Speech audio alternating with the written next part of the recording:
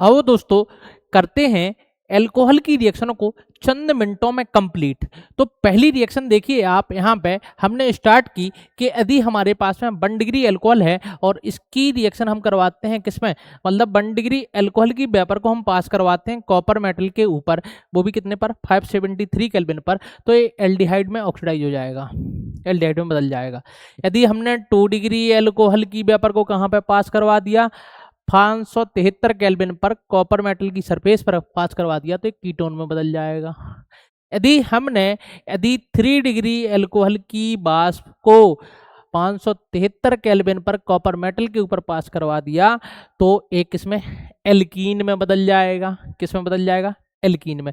ये तीनों reaction alcohol की डिग्री को डिफरेंशिएट करने में भी हम बता सकते हैं कि यदि हमें अल्कोहल की डिग्री को अलग अलग करना है तो इन रिएक्शन का हम उपयोग कर लेते हैं। अगली रिएक्शन है हमारे पास में कि यदि हमने अल्कोहल की रिएक्शन किससे, कॉन्सेंट्रेटेड H2SO4 से करवाई लेकिन लो टेम्परेचर पर, कम ताप पर, या एल्यूमिना लिख के आ सकता है Al2O3, तो आपके लिए ईथर बन जाएगा।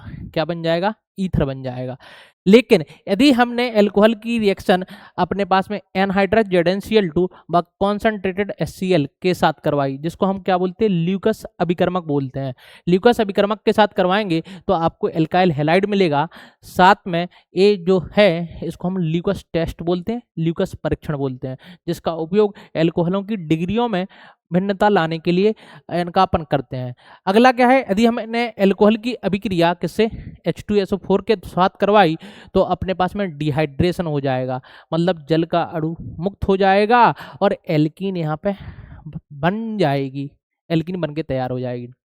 लेकिन यदि हमने 1 डिग्री अल्कोहल, प्राथमिक अल्कोहल की अभिक्रिया CrO3 या PCC, मतलब हमारे जो हैं दुर्बल ऑक्सीकारकों से करवाई तो वो किसमें ऑक्सीकृत कर देंगे, इसको ऑक्सीडाइज कर देंगे, एल्डिहाइड में ऑक्सीडाइज कर देंगे।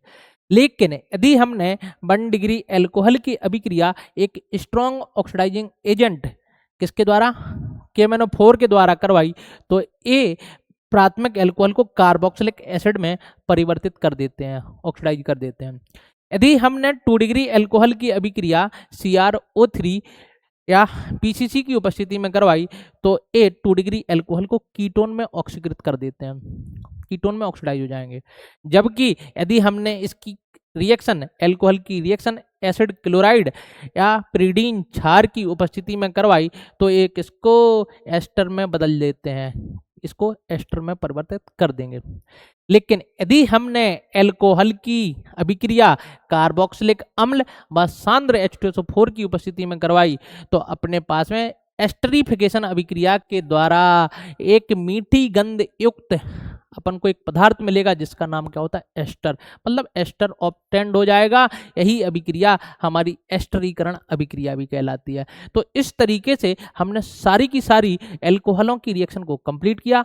आप इस वीडियो को सभी बच्चों के पास में शेयर करें जिससे उनका भी फायदा हो सके।